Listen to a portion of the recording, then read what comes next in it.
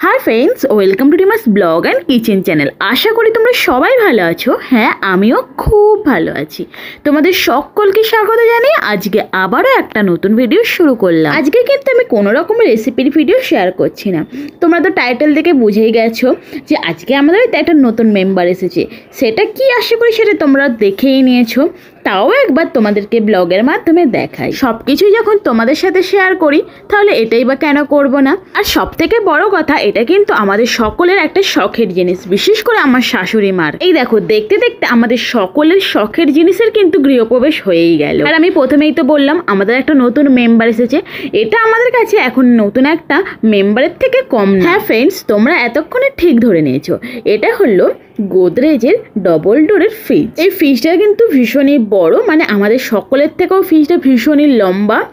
এটা 330 লিটারের ফ্রিজ আর কি। আর এর ভিতরে কিন্তু অনেক স্টোরেজ আছে, মানে অনেক জিনিসপত্র রাখা যাবে। আর মেনলি আমাদের এই কারণে এই ডবল ডোরের ফ্রিজটা নেওয়া হয়েছে। আগের ফ্রিজটা নর্মাল ছিল আর কি, এর থেকে ছোট, যার জন্য ওখানে আমাদের সমস্ত জিনিসপত্র রাখার একটু প্রবলেম হয়ে যাচ্ছিল। সেই জন্য ঠিক করা হলো আমাদের একটা ডবল ডোরের ফ্রিজ হবে। আর সব থেকে বড় কথা আমার শাশুড়ি মার প্লাস আমার শ্বশুর মশাইয়েরও একটু ইচ্ছা ছিল যে ফ্রিজটা একটু বড়ই নেওয়া হোক। আচ্ছা তোমরাই দেখে বলো তো এই ফ্রিজের কালারটা কেমন হয়েছে? আমাদের সকলেরই কিন্তু খুব পছন্দের। আর আমাদের এই ঘরটার সঙ্গে কিন্তু বেশ দারুণ মানিয়ে গেছে।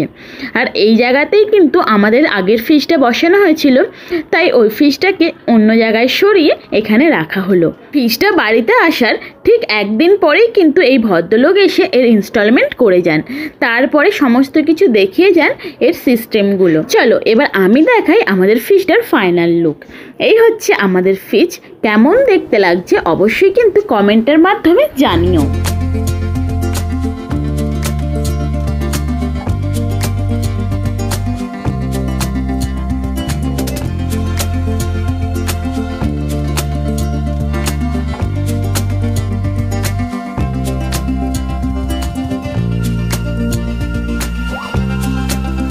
এবার চলো দেখা যাক এর মধ্যে স্টোরেজটা কতটা আছে আর কেমন কি সিস্টেম। প্রথমেই বলে রাখি ফ্রিজটা যখন এসেছে তার ঠিক একদিন পরে আমি কিন্তু ভিডিও করেছি, আর তার মধ্যেই কিন্তু আমাদের ফ্রিজে জিনিসপত্র রাখা শুরু হয়ে গেছে।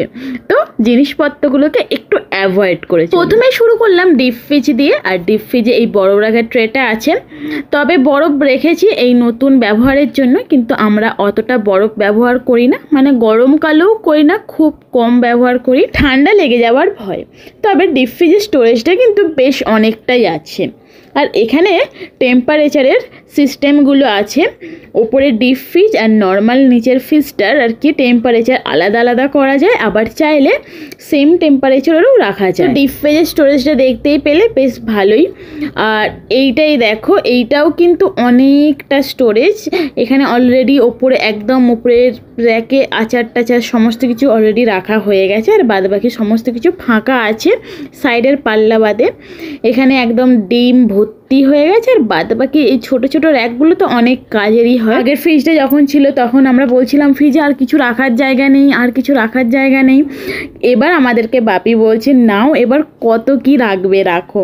মানে সত্যি এই যে ফ্রিজটা এসে কিন্তু অনেকটাই উপকার হয়েছে আমাদের। তো আজকের ভিডিওটা এই পর্যন্তই। আজকের এই ভিডিওটা কেমন লাগলো অবশ্যই জানিও। আর হ্যাঁ, ফ্রিজটা কেমন হয়েছে, এর কালারটা কেমন লেগেছে সেটা কিন্তু অবশ্যই জানিও। আর যারা যারা আমার চ্যানেলে নতুন অবশ্যই চ্যানেলটা সাবস্ক্রাইব করে পাশে থাকা বেল আইকনটা ক্লিক করে দাও, আর আমাদেরকে একটু সাপোর্ট করো। তাহলে দেখা হচ্ছে পরবর্তী ভিডিওতে। ততক্ষণ ভালো থেকো, সুস্থ থেকো, টাটা, বাই বাই।